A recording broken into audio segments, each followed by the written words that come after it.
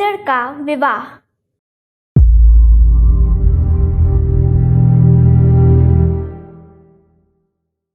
अन्नू नाम का एक गीदड़ बड़ा ही आलसी था। उसे कोई भी काम करना बुरा लगता था। अपने आलस के कारण कभी कभी तो वह भूखा ही सो जाता। बिना हाथ पैर हिलाए आसानी से जो कुछ मिल जाता उसे वह खा लेता। फिर यह बड़ा बड़ा अलसाता रहता था। अपनी पूंछ को हिलाकर मच्छर मक्खी उड़ाता रहता। एक बार जब वह सो रहा था तो उसने बड़ा मीठा एक सपना देखा। सपना यह था कि उसका विवाह हो रहा है। सारा घर मिष्ठान की खुशबू से महक रहा है। इतने में ही चिंटू ने बांग दे दी और गीदड़ की आंख खुल गई। अन्नू ने आंखें मलकर चारों ओर देखा। न उसका विवाह हो रहा था और न वहां मेहमान ही थे। अन्नू दौड़ा दौड़ा कुप्पू कुम्हार के पास गया। वह उस जंगल का बहुत बड़ा ज्योतिषी था। अन्नू ने उसे अपना सपना बताया और पूछा, इसका क्या फल होगा? कुप्पू सियार ने अपनी गर्दन हिलाते और उंगलियों पर कुछ हिसाब लगाते हुए थोड़ी देर तक कुछ सोच विचार किया। फिर बोला, यह सपना तुमने ब्राह्म मुहूर्त में देखा है, इसलिए निश्चित ही यह सपना सच होगा। कब तक होगा महाराज? बड़ी उत्सुकता से अपनी पूंछ हिलाते हुए गीदड़ ने पूछा। शीघ्र, जल्दी से आज या कल में ही सच होगा, ज्योतिषी नाक पर से चश्मा उतारकर बोला। कुप्पू की बात सुनकर अन्नू का अंग अंग फड़कने लगा। उसने कभी सोचा तक न था कि उसका विवाह इतनी जल्दी ही हो जाएगा। वास्तव में बात यह थी कि उसके आलस और निकम्मेपन से सभी परिचित थे, इसलिए कोई भी गीदड़ अपनी बेटी का विवाह उससे नहीं कराना चाहता था। अन्नू दौड़ा दौड़ा गया, पूरे गांव भर को अपने विवाह का न्योता दे आया। दूसरे दिन शाम को 7 बजे उसने सभी को प्रीति भोज के लिए निमंत्रण दे दिया। कुछ गीदड़ों को तो अचंभा हो रहा था कि कौन ऐसा मूर्ख है जिसने इस गीदड़ से अपनी पुत्री का विवाह तय किया है।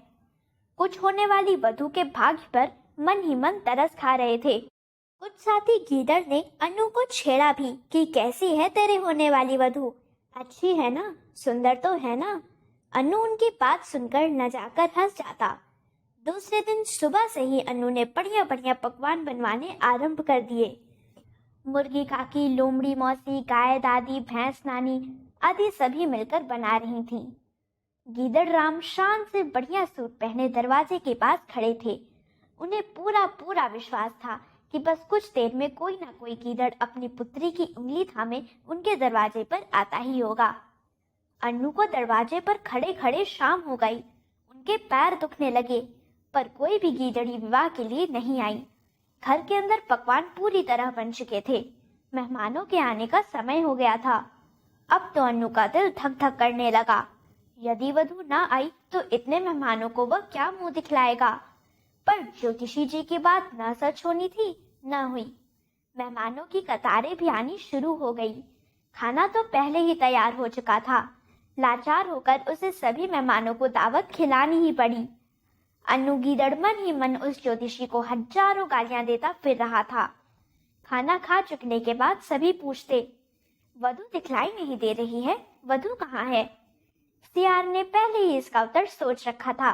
लाचार बेचारा और करता भी क्या, वह नकली हंसी चेहरे पर लाता, लजाता और कहता, भाई वह यहाँ से 10 जंगल दूर पर रहती है ना, उसे रास्ते में ही कहीं देर लग गई है, यह दावत तुम अग्रिम ही समझो। सभी उसकी मूर्खता पर मन ही मन हंसते हुए चले जाते। एक बुजुर्ग सियार ने तो कह भी दिया, बेटा दावत की ऐसी भी क्या जल्दी पड़ी थी, वधू आ जाती तभी करते। मेहमान तो खा पी कर चले ही गए, पर उस रात अन्नू को बिल्कुल नींद नहीं आई। रह रहकर उसे ज्योतिषी पर गुस्सा आ रहा था। न वह सपने पर विश्वास करता, न ज्योतिषी के चक्कर में पड़ता और न उसकी यह दुर्गति होती। सुबह होते ही क्रोध में भरा अन्नू ज्योतिषी के यहाँ गया। वह रास्ते भर सोचता गया, दुष्ट की खूब खबर लूंगा, पर उसकी बात भी मन ही मन में रह गई। कुप्पू की पत्नी ने उसे घर के अंदर तक न घुसने दिया, खिड़की से ही कह दिया, वे तो सिंह वनराज के यहाँ कल से ही चले गए हैं, अब वे 15-20 दिन बाद ही लौटेंगे। अन्नू ने तो अपना सिर ही पीट लिया। उसकी हिम्मत न पड़ी कि उस जंगल में वह रहे और सभी की हंसी का शिकार बने। वह घर पर आया, एक गठरी में जरूरत की चीजें बांधी, फिर सदैव के लिए वह जंगल छोड़कर चला गया। रास्ते भर अन्नू सोचता जा रहा था, मैं कितना मूर्ख हूँ जो मैंने सपने को सच माना। हाय, ज्योतिषी पर विश्वास करके मैं चौपट हो गया। जीवन सपने से नहीं बनता, पुरुषार्थ से ही बनता है। जो भी कुछ हमें मिलता है अपने ही प्रयास से मिलता है। स्वप्न के फल और हाथ की रेखाओं की जगह यदि अपने कर्म पर विश्वास किया जाए तो फिर कभी पछताना नहीं पड़ता। इसके बाद उसने कान पकड़कर उमेठे और कसम खाई कि आज से आलस छोड़ दूंगा, मेहनती बनूंगा। दूसरे जंगल में जाकर अन्नू खूब मेहनत से काम करता था। अपने पुरुषार्थ से थोड़े ही दिनों में सुंदर सा घर बना लिया और सबकी सेवा सहायता भी करता था। उसके इन गुणों से गीदड़ों का मुखिया प्रसन्न हुआ। उसने अपनी सुंदर सी इकलौती बेटी का विवाह उसके साथ कर दिया। इस प्रकार अपनी मेहनत से अन्नू का सपना सच हो गया। अगर आपको हमारी यह वीडियो पसंद आई हो तो इसे लाइक करें, कमेंट और शेयर जरूर करें और हमारे YouTube चैनल ऋषि चिंतन को सब्सक्राइब भी कर लें।